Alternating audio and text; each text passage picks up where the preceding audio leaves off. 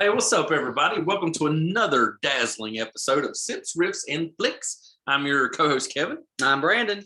And yeah, we're in 2022 now. New year, new podcasts, new ideas, new fans, new ways of life.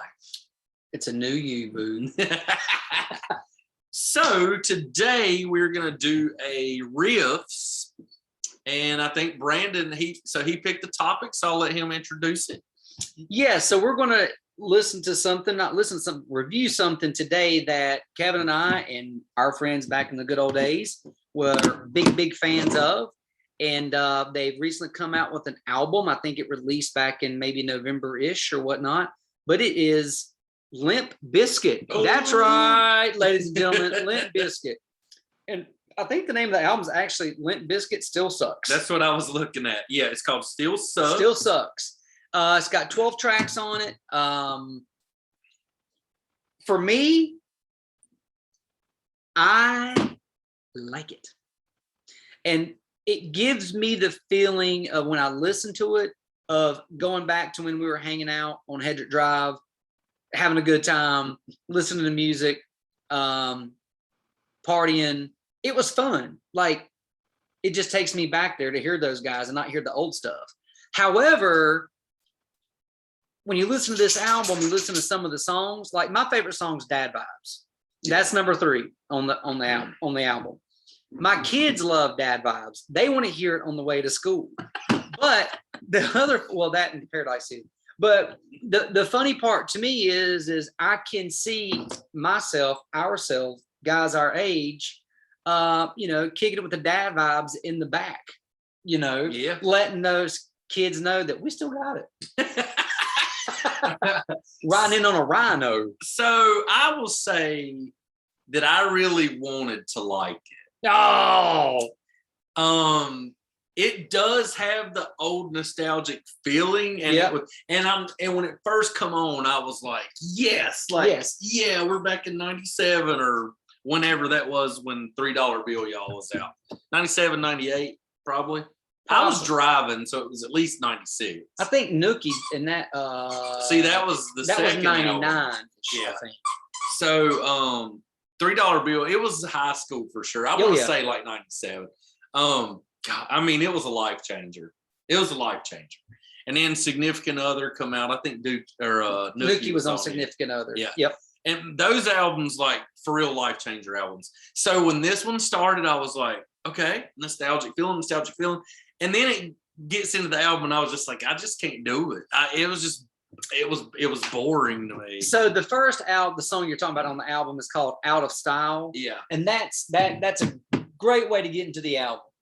And then I'll be honest with you, it does go off it reminds me of where they were kind of on Chocolate Starfish or and the hot don't blame water. You know what I mean? But it has some of those slow songs where he's singing this and that, and that's okay, that's fine, do your thing. But for me though, on this album, the ones that he's singing I think are better than the ones he's rapping. What? And that's what I'm wondering if I just kind of outgrew the Limp Bizkit sound. No. So that when they come back, how many ever years later, and the album comes out, and I'm like, oh, here it is. And then I hear it, and I'm like, I don't know. I like the singing better. Now, I think Fred used to get a lot of crap for his singing. I mean, he's not the best singer in the world, but I'm not saying that the songs don't sound good. Yeah. I feel like the album kind of went like vintage nostalgic, then it went over here to this other thing, and then like the song to me which I really like is called Barnacle. Reminds me of like a Stone Temple Pilots Nirvana song. But I like that song a lot. I think probably I've got it pulled up here too. I think my favorite one on the album is probably the last one, which is Goodbye. And it's a singing one. And like what's the one? The Snacky Poo one. I think it's kind of cool in like a playful way. Lyrically, I think that's probably his best actual rapping on the album. Yeah. But it's such a lame topic. Like, the chorus is super lame on it. The song that really should resonate for a lot of people, and especially in how we are in today's world, is Pill Popper. Yeah. It's talking about, big pharma and pills and how everyone's addicted, and they want you to give me that medicine. I mean, it's a harder song, but to me, it resonates. It should resonate with a lot of people because everybody today knows someone who's been through some sort of addiction or opioid crisis, lost their life to it, is recovering or something like that. Yeah. I think You Bring Out the Worst in Me also is another one that I really like, which is another singing one. But to be fair, I've not really really ridden in the car and listened to it. Like when it first came out, I skimmed it, then I listened to it, and then I've not listened to it in a month or two until today, actually. I think me, you, and Bo should dress up like Limp Bizkit and ride around with some dad vibes on rhinos. As long as I can be Wes Borland, that's all I care about. Have you seen Fred Durst's new persona? Is that a wig or not? I don't know. Fred Durst, is that a wig or is that your real hair? Part of me thinks it might be his real hair. I think it's his real hair. No, I think it's his real hair. I think it's his real hair. But man, it's freaky looking. Like it doesn't. It's weird. It's really weird. Well, it's weird thinking remember because I used to see them. I saw them in concert once. Never saw them. Oh, it's great. But now you look at it and I don't know. It's different than seeing, I would imagine, being 20 years old and seeing Led Zeppelin and then seeing them when they're older. Right. Or something, it's just weird. Bo told me that he saw Limp Bizkit 97, 98 at Ziggy's in Winston. Now that would have been good. Wonder who opened up for him. Unit 47. There's no telling. 5 times down. But do you think the album's great? Do you think that it's maybe weird us looking at him and seeing what we used to and him still rapping and we know he's right at 50? Is that weird? So honestly, that's the feeling the album gives me. Like I listen to it and I'm like, why? It's like the music hasn't grown, if that makes sense. So like musically, they've not shifted gears or progressed. Well, no, I mean the music sounds like it's progressed. It's just weird for me to hear a 50-year-old talking about some of the things he's talking about. Like it's just, I would have thought it would have come out and just kicked me right in the face with here's what I've been doing all these years. I've been writing, I've been doing this, that, and it's boring to me. It just feels boring. But Wes Borland's guitar is amazing. Oh well, he's great anyway. DJ Lethal's still good, but he's DJ Lethal. To me, it sounds like old Limp Bizkit thrown in with some new songs that they play slow. So interestingly, but honestly though, think about this for a second. Would you rather listen to new Dave Matthews or old Dave Matthews? Old Dave Matthews. Bingo. So, which I don't want to listen to either. But that's the only person I can think of to try to reference. I would rather hear old Limp Bizkit. Would it be the same? What if Rage Against the Machine came out with a new album? Oh. Would we like it? Would we be like, the old albums are so much better? I don't know. Gosh, I wish we could find out. I'd like for to hear them, but I'll have to reserve my comments for that for a later date. So when this album, the Limp Bizkit album, come out, Sonny Ledford, who is a musician that's local to us and a lot of people know him, he put a tweet on Twitter that said, perfect example of why you should never stick to your old music or something like that. I need to go back and find it. I don't want to misquote, but it was something like he felt like maybe they had tried to change too much and he didn't like how it sounded now or something. I mean, I get that to a point, I guess, from an artistic standpoint of why you want to not stick to your roots and not, you want to grow, you want to progress as an artist. But did anybody look at, Monet and Van Gogh and go, you should really try something different? No. I don't know. I mean, does anybody look at, Jimmy Page and Slash and go, I like what you're doing. Try keyboard. I mean, that's a good point. I think so. It was, he said, this is a perfect example of why you should grow as an artist or something like that. He was thinking that they should sound different, but they are trying to recreate their old sound. So here's another suggestion when you can do that. When you become so successful and filthy rich that you can branch off and explore your artistic self and do things different. You know, like what Tool Maynard does with Tool. Right. He does different projects. A lot of different artists do things on the side and whatnot. Even the guys from Foo Fighters do other things because there's things they do as a band, which is what works, which is what sells out arenas, but it may not be what each individual person wants to do all the time. So they want to dive into their own creative, you know, juices, if they will, and see what they got.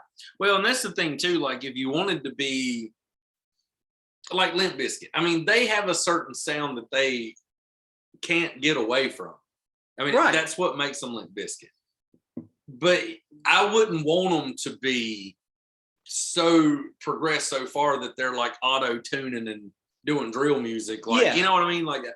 So I guess there's a fine line. I just think they kind of missed the mark on this album. It's not what I was expecting of an album either, but they actually had an album came out several years ago, which I didn't even know about until I saw it on iTunes. Never.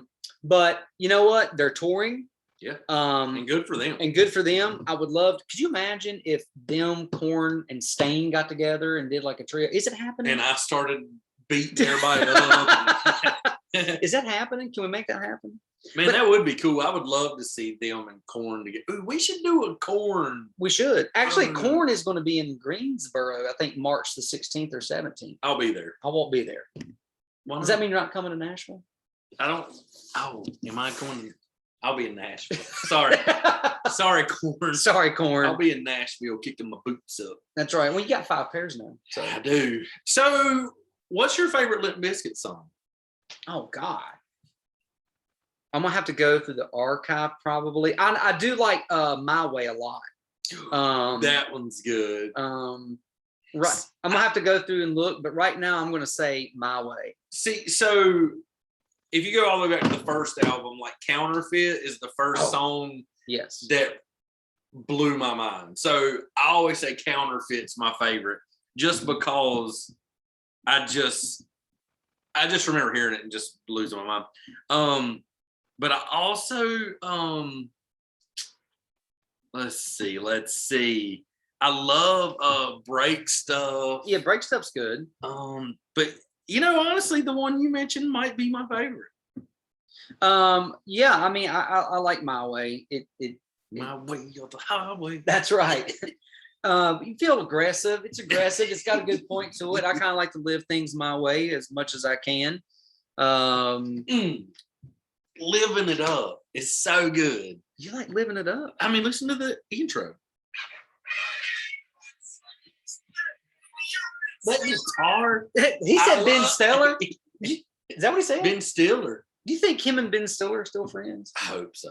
I don't know. You know, Fred Durst gets shit on a lot. He does. Why is that? But the dude became vice president of Interscope. You remember that? He did film production. Don't you remember? He did. Was it not Gothica? Was it Gothica? And then they had the Mission Impossible. Oh yeah. They did big things. So they were huge. They were one of the biggest bands ever at that time, from what I remember, and who knows. But it seemed like he was one of those people that became famous and became a huge ass. And like people didn't like him because apparently he was very difficult to work with. I don't know if any of this is true, but it's just what I read. It's what they told us on TMZ. Yep. You know, the other interesting thing is too, and y'all can Google fact check me if you want, but I'm pretty sure Fred went to Hunter Huss High School in Charlotte, and Ray Boylan, wasn't he the weatherman? He was. But Wes Borland, they met each other in school because Wes's dad was the preacher at the largest Presbyterian church. Wait, in Charlotte. You're telling me that Fred Durst went to Hunter Huss High School? Well, let's just see let's give it a Google. Now I do know he has like ties with like Greensboro, and I do remember that. Now that you said it, I had forgotten that. But you're saying Wes Borland is from North Carolina too? I think he grew up in Charlotte. I did not know that. What? I didn't know Wes Borland was from here. Let's see. I know. And then, the whole thing while you're reading about that. So, and wasn't the other thing too, like Fred Durst was a tattoo artist. Yep. And he did tattoos for the members of Korn. Yeah, that's how Korn got his tattoo. And then I guess he passed them like a demo or something. And they kind of introduced Limp Bizkit. That's right. Yeah. Hunter Huss High School. I did not know that. Yep. Wow. That's not far from here. No. It's like, isn't Hunter Huss in like Huntersville or something? I thought it was towards like the Winston direction. Well, let me just give it a Google map. It's not more than an hour from here. I know that. And I don't know how I know that. I just know that. I don't know what direction it is, but it's in Gastonia. Yeah. That's yes. I did know he was from. I said Greensboro, but it was Gastonia. Yeah, he's from the gas house. That, as they say. Yeah. So, golly, Fred Durst, come get on the podcast. Come play some golf with us. I don't. He's got dad vibes now, so we might. He does. All right. So, new Limp Bizkit album is called Still Sucks. I would say the album for me is not that good, but they don't still suck because they've always been awesome. For me, I think the album, I mean, I'll give it a B, maybe a C plus. I like it. I'm glad to hear them. It makes me feel good, nostalgic. I turn it up in the line when I'm in the school drop off. I don't care. Because he's got dad vibes. I got dad vibes. And people are probably like, what's wrong with that guy over there? And I throw my shades on. There should be, you know how TikTok, I'm very new to TikTok. I don't really like it. There's all these challenges. There should be like a dad vibes challenge where you listen to Limp Bizkit's dad vibes and like do dad things. Can we just start it? Yeah, we'll do it. Coming near you. Yeah. They moved to Charlotte when he was 3 years old. Mm-hmm. Wow. In Gastonia. And then they moved to Connecticut. But how old is he? Wes? No. Well, wait. Which one? No. How old's Fred Durst? I don't know. Wonder if Wes Borland is 40, about turned 47. Doogie, Happy early birthday. Doogie from Sonny Leopard. If you end up watching this, do you know Fred Durst or Wes Borland? Because they would all be around the same age, and Doogie is from that area as well. I bet he knows them. I'll ask him. He should. And Fred turns 52 this year. Happy early birthday, 52. Fred. All right. Well, so yes, Limp Bizkit Still Sucks. It's worth listening to for nostalgic reasons. I walk. It's not going to be something you're going to ride around and listen to daily. You unless walk you're street? Brandon. I would not walk across the street for the Limp Bizkit album. Still Sucks. Now I would skip, run, hop, dive across the street for Significant Other and $3 bills. $3 bills. Yeah. Chocolate Starfish wasn't that bad. Once you go back and listen to it. There's some good ones. There's some good. Hold On was good. Yeah, there's some good ones on there. Yep. All right, everybody. That's it. You tell us what you think. What's your favorite Limp Bizkit song? Leave it in the comments. Hit like, subscribe, do your thing. We love you. Bye. See ya.